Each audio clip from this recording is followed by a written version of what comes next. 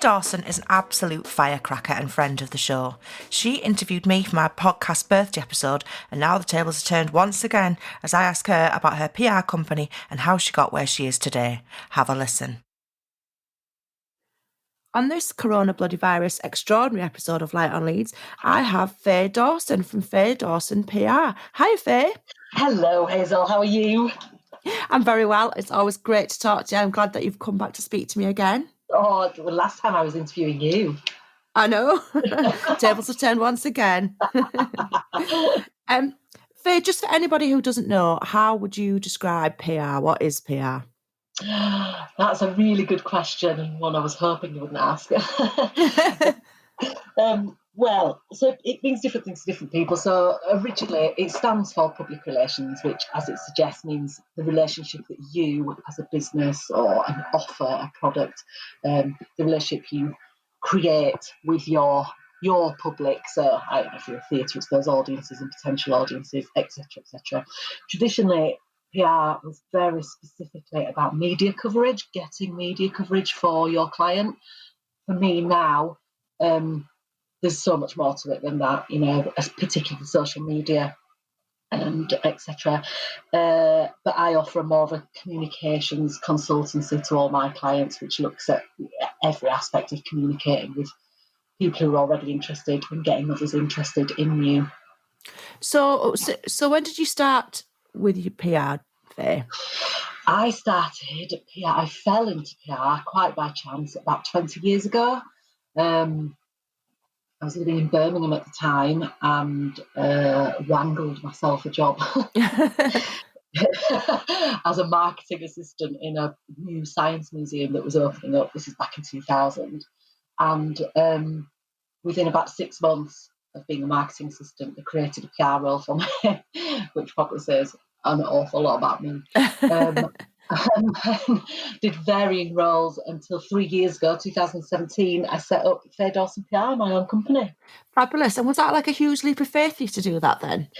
A huge leap of faith. I guess it always is for everybody, but I just felt the time was right. I didn't have any savings. I didn't have any clients set up. My husband built me a desk in what had become the spare room, and I logged onto HMRC, registered myself, and just did that. Yeah, but it's been great. I've done really well. Yeah, that's great. I think it's just so brave of you to just like sort of think, that's it, I'm doing it. The time is right, and just going for it. Yeah, well, at the time I was PR manager for Leeds Grand Theatre and City Writers Music Hall, which I loved, great job. And I'd been there 6 years, which is the longest I've been in any one job ever. I think prior to that it was 4 at one job, and then prior to that was 3. Wasn't my plan to stay anywhere very long because I like change and variety, but the Grand and City Writers were a great variety, and I had a great team. I worked with some great people and I loved it. But towards that 6-year mark, I felt like I was doing a lot of the same stuff. Yeah.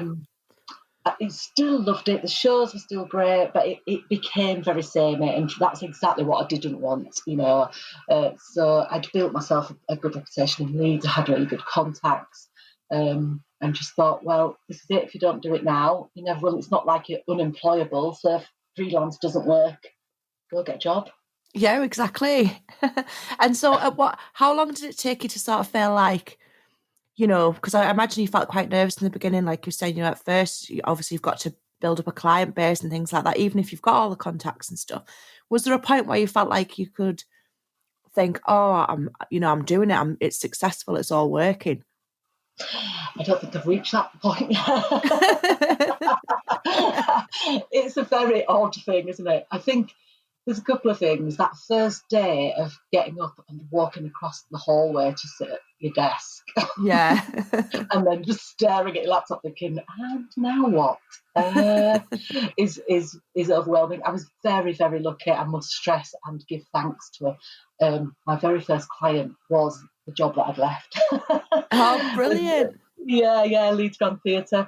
Only because the person they employed to my successor wasn't ready to start as I was leaving, so I filled in for a little bit and then did a handover with her. So I had some work already set up, and then things just happened. It was just word of mouth, and no, of course I recognise I've been successful because I haven't been without a client in 3 years. And what I'm really proud of is all my clients have come to me. I haven't had to go out and hunt down work yet. I'm sure that will come, but I feel really lucky to be in that situation. Yeah, definitely should be totally proud of that. That's just great that people that people just come to you because they've heard about what great work you're doing. Exactly, and that can, that's me doing my own PR. So I suppose in 20 years you must have seen things change a lot, and like you mentioned previously, like the whole realm of public relations has changed because you've got to take into account how differently things are now and social media.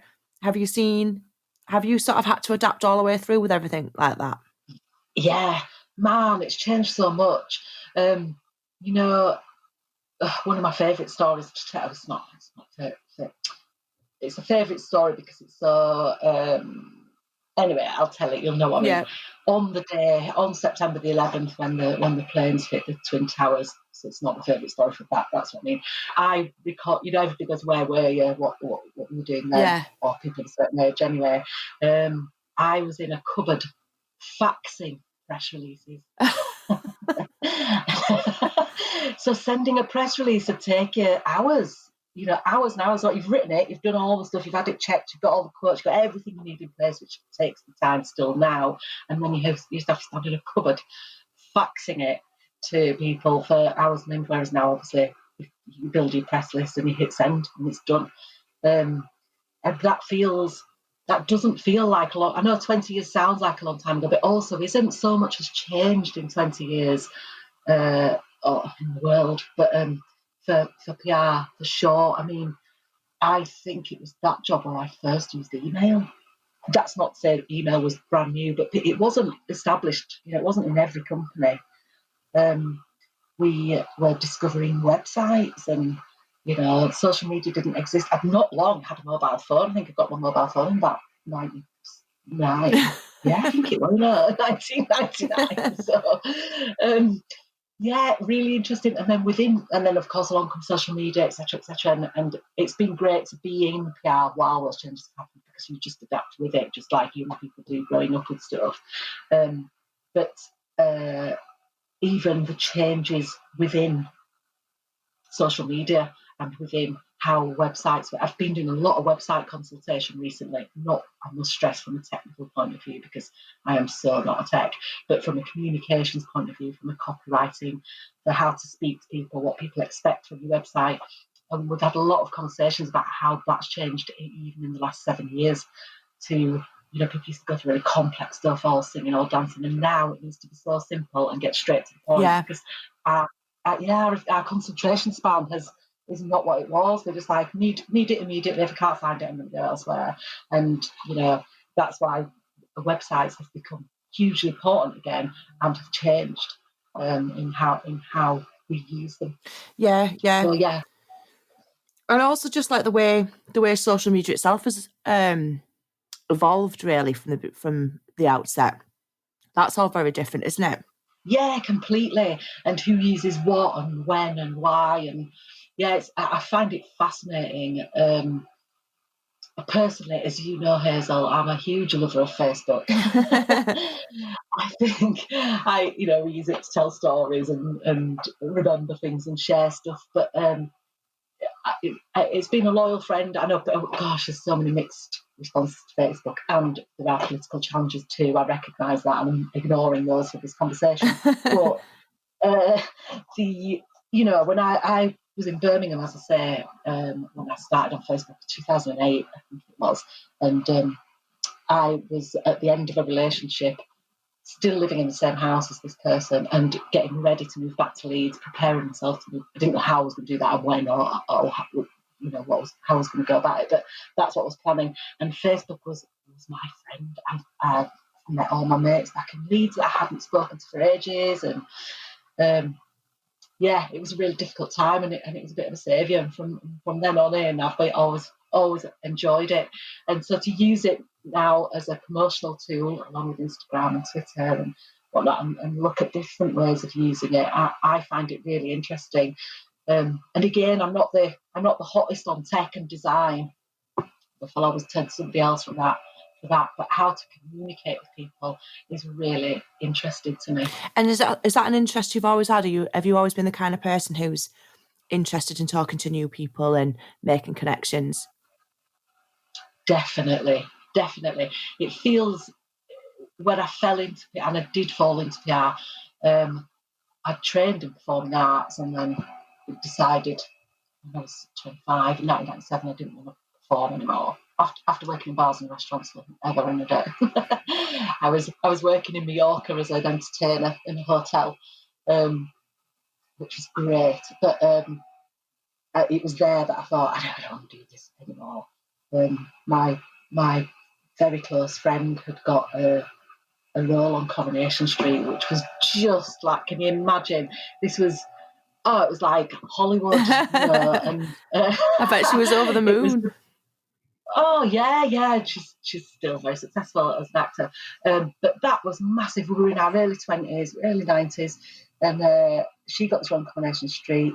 We were always out and about town together, and then almost over, she went into people's living rooms one night, and the next day was like walking around with Marilyn Monroe. I was getting physically pushed out of the way so I could speak to her. I know, it was utterly bonkers, and I just thought, that's not for me. I like attention. Please don't get me wrong, I'd be a liar. Anyone who triggers me for that says I don't like attention, I'll challenge.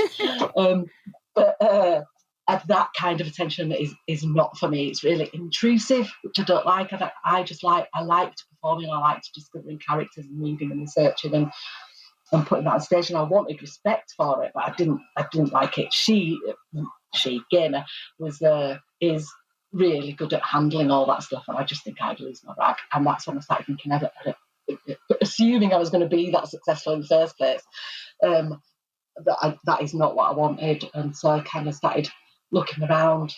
What could I do? I had no idea. I was 25. I had no idea. So I knew theatre quite well, so I went and got a job at the theatre box office, Leeds Playhouse. Oh yeah, or West Yorkshire Playhouse as it was then, yeah. And then moved into the Midlands with my then partner and got another job at the box office at the Wolverhampton Grand Theatre. Oh. And that's where I met the marketing team and got friendly with them. And the head of marketing got this new job opening the Science Museum and an IMAX cinema in Birmingham, and I interviewed for the marketing assistant, which where it all began. But yes, so speaking to people, and I've always loved it, and I've always been really interested in media, all media, news, magazines, television, radio, and I've always liked people. So yeah, it does make complete sense that I find myself here now. And I bet it's fantastic as well, because I bet you get to hear about all sorts of great projects, and sort of see them from the very beginning, and get to meet fantastic people and find out loads of things that are going on. Exactly. I mean, I always knew Leeds was great. I'm a great fan of Leeds, despite my 10-year sojourn around Birmingham and Wolverhampton. But really proud of Leeds. And I always knew there was so much going on. Everyone I knew was always doing something great, But when I went freelance, and then at the Grand Writers, I met so many fabulous people and people visiting the city. But when I went freelance, it opened up a whole new world of Leeds to me. I thought I knew it inside out, and suddenly there's all these incredible people doing such amazing things that I really don't think I would have ever have stumbled across or had the good fortune to meet so many fabulous people. So that bold leap of faith that we talked about really opened up so much for me, and now I'm a great advocate of taking a bit of a risk, really. Go for it. Yeah, I think, as far as we know, we've only got one chance. And As far as we know. yeah, so you might as well just go. I always think you might get run over by a bus tomorrow. Precisely. You've got to give yourself. I just read something right before I spoke to you, and if I can see it was really exactly what we're talking about, which was the difference between motion and action. Motion, talk to a personal trainer, research your book idea, explore different types of meditation. Action, do 10 squats, write one sentence, meditate for 1 minute. And I was like, yeah. That's it. Just get on with it. I'm going to have to write that down because that's I'll send it to you. It's a good mantra to have, isn't it? It is, and it's one I'm not very good at all. I have. Am I allowed to swear? Yes, you are. Okay, you are live. My mum has a saying which is JFDI, darling, just fucking do it. And I'm actually not very good at just. I am a procrastinator through and through. I infuriate my husband, who is a total JFDI. So yes, I'm bold, and yes, I've taken huge leaps, and yes, I've had a varied career and an exciting and varied life. I think I still have to get over this procrastination. I still have to really use a lot of energy to push myself to do some things, and then I don't bat an eyelid about doing others. That must be a common thing. Oh, I think so. Yeah, definitely. I'm exactly the same, and I think we've had that conversation before, where sometimes your own brain is your own worst blinking enemy. You know what I mean? Completely. I am my own worst enemy for sure, and my biggest champion. But that's perfect, because that's what you should be, isn't it? I mean, we're all like a little bit of everything, aren't we? And I think if you went around thinking that you were 100% awesome all the time, you'd probably just come across as a knobhead. So it's probably just as well that we've all got that bit where we can, sometimes you go through a thing where you really appreciate all your skills and all the things that you can do, and then other times you just go through massive crushing self-doubt. But I think it's useful to talk to each other about it, because then you realise that you're not on your own. And I think quite often your posts on Facebook definitely do that. Like you'll do a post where you're sort of saying a similar thing to what you've just been talking about, like feeling that you're not getting on and doing things. But in the same post, you'll say loads of things that you've already done that day. And I think that's a nice, useful thing for Facebook, because I've noticed also your friends who reply, we're all shoring each other up and saying, it's okay and you're doing really well. And we all feel like this sometimes. Yes, and that's really important to me. Supporting other people and being supported is hugely important to me. It always has been, having that trust and support. And I've always been a big champion of women as well, because I think when women achieve something, they've done it 600 times. They've done something 600 times more than a man has. That is not anti-men, because I love them very much, but it's just fact at the moment, and hopefully that is changing. Will change in my stepdaughter's lifetime. But I think we do. We need to recognise that as women, that we do work probably triply harder to get anywhere. Yeah, and I think it's really nice, because I mean, obviously, there's all sorts of ways of being a woman, but I feel like, I know some people can have bad experiences on social media and stuff, but I think quite often you see women shoring each other up and making, telling everybody, it's all right. And, I feel like this sometimes, and you'll have a better day. And I think that's really nice. And obviously it can have its negative sides, but in general, I find, everyone's really supportive and kind to each other. Yeah, I think you build your own community, don't you? I not that long ago said to my friend, just block them, just unfriend them, just unfollow them. Don't have that in your life. I mean, you don't want to be in a bubble where you don't recognise what's really going on out there. Yeah. But also, is it worth it getting up every morning and facing utter negativity, utter shit from people you actually don't give two fucks about? Get rid of them. Why would you want them in your social circle? Yeah. So if you are in, if you build your own community, and those people are bloody decent people. Yeah, definitely.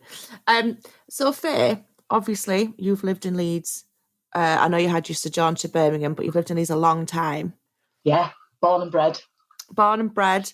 And obviously, people might not remember from the interview that you did with me, but I know that you lived in lovely Beeston, which is where I am. Yes, I did. And I'm not far up the road now.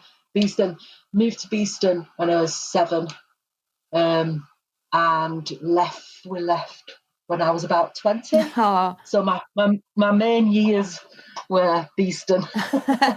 And I'm not going to obviously restrict you to Beeston because it might be quite difficult, but I'm going to ask you a question that I ask every guest who comes onto the podcast, and that is, what do you think is great about the city of Leeds? What is great about the city of Leeds? I mean, where do you start and where do you end? So I had a really good think about it. I wrote loads, and then I decided to pin it down to accents and dialect. Oh, that's an interesting one. Yeah, I mean, don't get me wrong, I had how close we are to the countryside, independent bars and restaurants, all that. But then I was thinking about just how much I love accents and dialect anyway, country over. And I won't say any further from the country because I don't know others. But Leeds is so, you can go 2 miles down the road and it's different again. And obviously my accent really defined me for 10 years when I lived in Birmingham. I bet, yeah. Totally, defined me. Not a day went by without somebody saying, "Oh, where are you from?" or "What great accent." It was always really celebratory. And I've always been very proud of my accent. And it's an odd one because I was brought up in Beeston. I have certainly had more of a South Leeds accent. My brother was brought up in Horsforth, and he's totally North Leeds accent. We sound quite different. I can hear it really clearly. But when I met my husband, my husband's from New Farmley. I don't know if you know New Farmley. I know of it, yeah. Leeds 13, is it? Right. It's Leeds 12, actually, right. But it's further across, so you're going into Bradford. It's only a couple of miles up the road and you're into Bradford. Yeah. Postcodes. But it's a couple of miles up from Holbeck. It's an odd place. We have loads of fields and woodland and fabulous, but it's quite a different place. When I first met him, or I re-met him this time around, school friends a long time ago, I thought, you sound just like Keith Lemon. Do you know Lee Francis character? I was like, you sound just like Keith Lemon. And would you know it? Here's a story for you.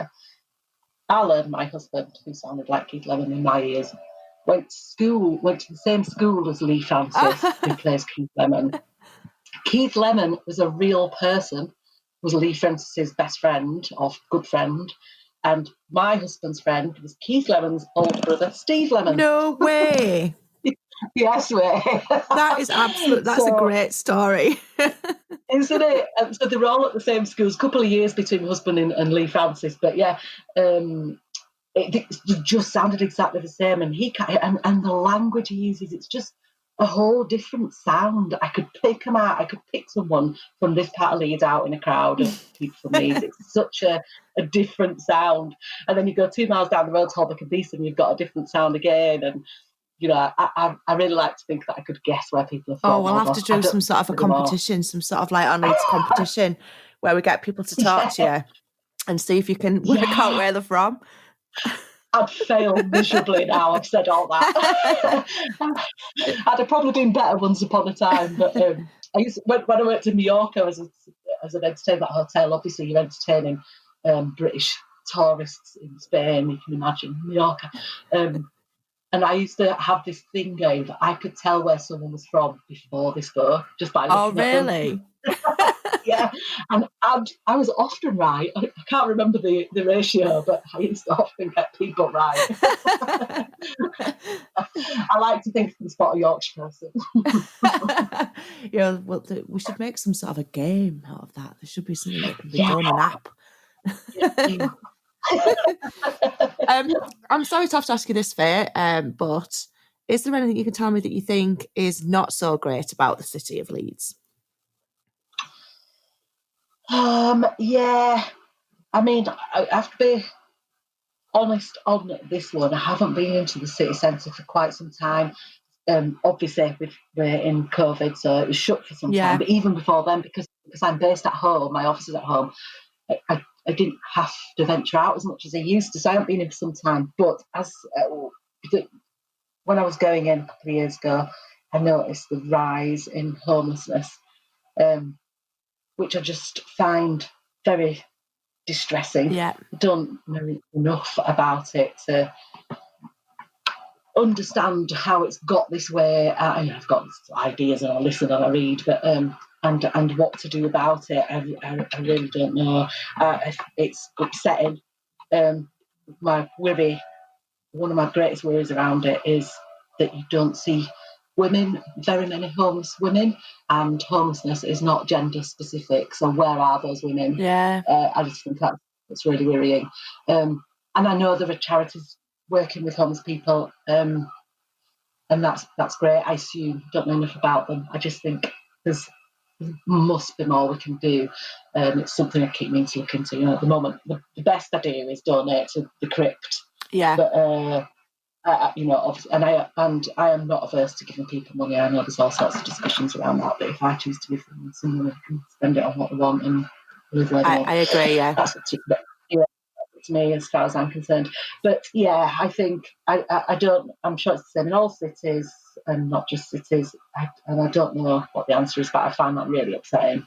It is really upsetting, and I think sometimes you can become sort of inured to things that you see all the time, and that's really sad. And my son was telling me about his family live in Malton, where a lot of my family live. It's quite a small sort of place, and his little sister, I think she was maybe 5 or 6, and I think that it might have been in York, maybe not Leeds, but she'd seen a homeless person and she'd never seen before in her life, and had to ask, why is that man sitting there and what's he doing? And she had to explain to her, and he said it just upset him so much because she got upset because she just couldn't believe, like a little kid when they finally see some awful thing about reality, and fair play to Jay, didn't try and explain it away or like pretend, make it nicer in any way, But yeah, it's a horrible thing. It is, and it's grown. We were talking about it recently because I remember seeing my first homeless person in Leeds.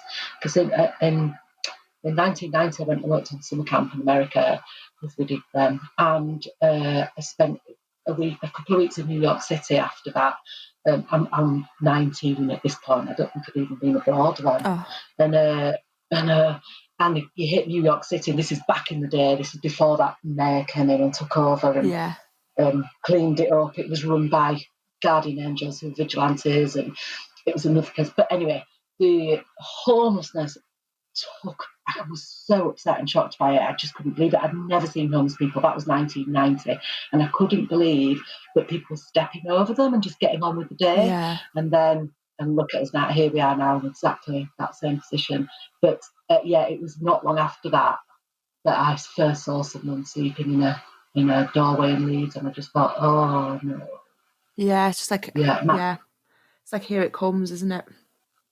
Yeah, exactly that. Well, I don't think we're going to be able to sort out those problems right here, right now. But I think unfortunately not. Yeah, unfortunately not. I think it's a very difficult one. Like you say, it's so complicated, and yeah, we should all probably do our bit about just treating people as human beings, I suppose. Yes. You can tend to forget that, can't you? You can. So, Faye, if I was to ask you to tell somebody who'd lived in Leeds their entire life about something that you think is a hidden gem that they may never have heard of, what would you choose? Now, I don't know if you're going to be totally happy with my answer, because it's not something people have not heard of. And it's not I think it's almost a bit of a disservice to call it a hidden gem. But I think it's in a place where people don't realise how easy it is to access. So this is why I've picked it, and because of my own history with it. Yeah. But I've gone for the Tetley. Oh yeah, of course. Yeah, the Tetley's amazing. So of course, the world over probably knows Tetley as a beer. I know they know it as a tea as well, but that is a different thing altogether, not related. But the beer and the brewing industry, it was a huge part of Leeds, and I had a great job working in the museum theatre down at the Tetley back in the day. It's all something else now. But the Tetley now is a restaurant, cafe, art. What would you call it? An art space? Yes, thank you. That's a good word. Art space. On the Tetley site, that's what was the Tetley site. And I think because it's at that bottom end of town, people think you have to get to it from that bottom end of town. And actually, and I only just discovered this just before lockdown, was if you just walk to the Adelphi, it's right behind it. Yeah. You know, and I was like, oh my God, that is not that hard to get to at all. But I'd always accessed it from that bottom end of town because of where I live, I guess. It made sense to drive in that way, but it isn't. It's there. It's right next to the Adelphi, and it's this beautiful space. It's got outdoor area, which now is really important, and there's not a lot of in Leeds really. I know it's growing, but they do decent food. They do great coffee. They've got this at the art space. They do meetings, events, weddings, and they've just reopened after. I haven't been since earlier this year, but they just reopened after the lockdown, and they've been, because it's quite a big space, they've been able to do it all properly, following guidelines, etc. And within a week, they had their first wedding. Oh, that's amazing! I'm really glad for them. Isn't it? Yeah, and I'm glad for the couple because obviously so much got moved, postponed, cancelled, People kept their stuff with Tetley because it is such a lovely space. It's so unique, and so I'd like to say the Tetley whilst acknowledging that people do know it, but I just think, are they accessing it quite as much as they could? Yeah, and I think you're right in a way anyway, because obviously everybody knows it's there and it's very popular, but there are a few people where I say about going to the Tetley, and like you said, I think because it's a little bit out of your sort of vision. Yeah. They can be like, oh, I didn't know there was stuff going on there. But yeah, I think it's fantastic. I've eaten there. I've been on those drink and draw sessions that they do there. Yeah. And I've looked around the art space at some of the exhibitions. And I mean, even just to go upstairs and look at the beautiful, like the big boardroom and stuff, and the old paintings, and the views from the windows are really great as well. You can see right across to Bridgewater Place.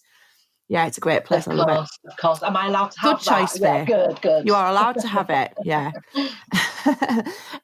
So I always ask guests, anyone can send in a song if they want one featured, but I always ask guests just in case. It's quite nice to have a link. And so do you want to explain which song you've chosen, Faye, and who it's by and why you've chosen it? I would love to. It is the fabulous Leeds legend Mik Artistik and his Ego Trip. Mik's he was born in Ireland, but he's brought up in Leeds since being a little boy. Lives in Armley. He's an absolute genius of a performer, singer, and visual artist as well. But the song, I could pick any one of Mik's songs. That is not like, I have to confess at this point, I know Mik really well. He's a really good friend of mine and my family's, but I've grown up with him performing in my living room for free. So I urge you to go see him or buy some of his art or whatever. I could pick any song from any of his albums because they all either make me laugh out loud or make me cry, or often both. He's so clever with words. He's a poet, he's a punk, he's a storyteller, he's a genius. He's just got an eye for the world that's different, and I love him for that. I'm going for one of his most popular ones though. I was torn between two very popular ones. I should say as well, the Iggy Pop this year referenced Mik as one of his top 10 favourite artists. I heard about that. Yeah, what an accolade. I know, it's fantastic, isn't it? And he's a big fan of Sweet Leaf of the North, one of Mik's really famous songs. I was going to go for that, but I'm going to go for a really famous one that everybody shouts the lyrics to, and when he goes to gigs they plant plastic foxes all around the venue and bring in plastic foxes. The song is called Plastic Fox, and I hope you enjoy it. Oh, that sounds fantastic. I'm sure everybody will, and I can't wait to hear it too. Thank you so much for coming along, Faye. What are you going to be doing with the rest of your day? Oh man, I've been so busy. I'm working on another project which I've half told you about. I'm not going to tell you about here. So I've got to go away and do some work on that, which is transcribing interviews and writing them up and creating some stories, which is one of my favourite things to do. So it's a good Friday afternoon. Oh, good. That sounds brilliant. Well, again, at some point we will get to meet in real life. That has to happen. Let's do that really soon. Let's go to the Tetley, do some social distance coffee drinking. Yeah, that sounds perfect to me. Definitely, we'll get on it. Thank you so much for coming, and enjoy the rest of your day. Thanks, Hazel, and you take care. Bye. It's always a pleasure and a joy to chat to Faye, and I'm sure you found it as interesting as I did. Faye chose the track for this episode, which is Plastic Fox by the wonderful Mik Artistik. Enjoy!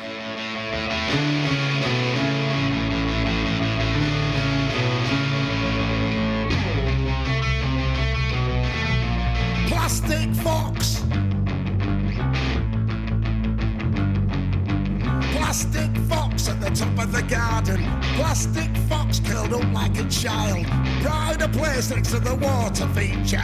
Plastic Fox has got a snail on his head. Plastic Fox. Plastic feet and a plastic tail. Out in all weathers, wind or hail. Lying in the garden, covered in snow. There's a bit bitten off of its plastic toe. Plastic Fox. Butterflies flutter up and down the garden. The washing line's empty except for some pegs. The lady of the house, she's having some lunch. A small piece of toast and some scrambled eggs. Plastic Fox. Plastic Fox, it came out of a box. Plastic Fox, it was a present from a son. Plastic Fox, it went straight in the garden. Plastic Fox, the grandkids love it. Plastic Fox.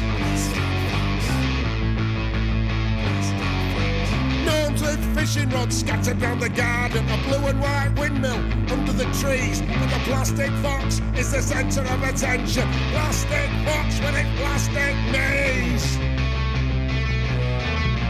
Plastic Fox. Plastic Fox. Fox. Plastic Fox. Plastic Fox. Ooh.